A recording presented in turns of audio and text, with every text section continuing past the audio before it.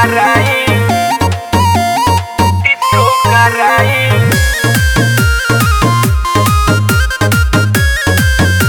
खलीला बाबू हरी पगली,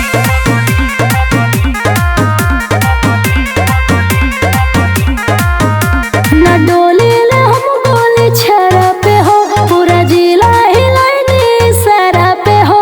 न डोली ले हम गोली छरा पे हो, पूरा जिला हिलाइनी सरा पे हो। और नाम अखबार में हो जाई छपाई, बुझला? ई खलीला बाबू हरी पगली, अच्छा? कमंचा पर डिस्को कराई। देख ले ई खलीला बाबू हरे पगली, कमंचा पर डिस्को कराई। ओहो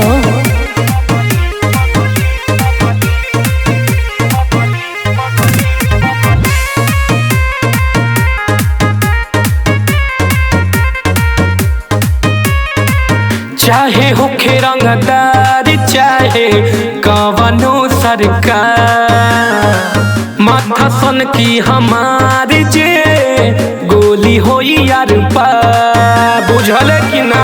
होई यार पा। और अपना तू काम पर रखो लगाम हो, एरिया में बारो तू बड़ा बदनाम हो। नजरी के बार से के हो बचाए। ई खलीला बाबू हरे पगली, कमंचा पर डिस्को कराई। ई खलीला बाबू हरे जनुआ, आ रात भर तो के नचाई। दादागिरी बा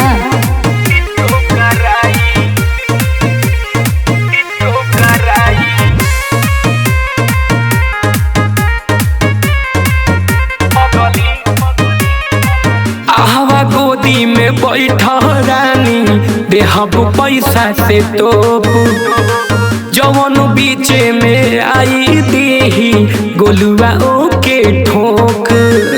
है करे जा कोरा न धरो देखे सबका करे, पब्लिक में छेड़ल त बाटे हो सहे। कितना चितरंगोद तोके समझाए, बोला? ई खलीला बाबू हरे पगली, कमंचा पर डिस्को कराई। देखा तनी हम हो ई खलीला बाबू हरे पगली, कमंचा पर डिस्को कराई। बदनाम कर देबा का?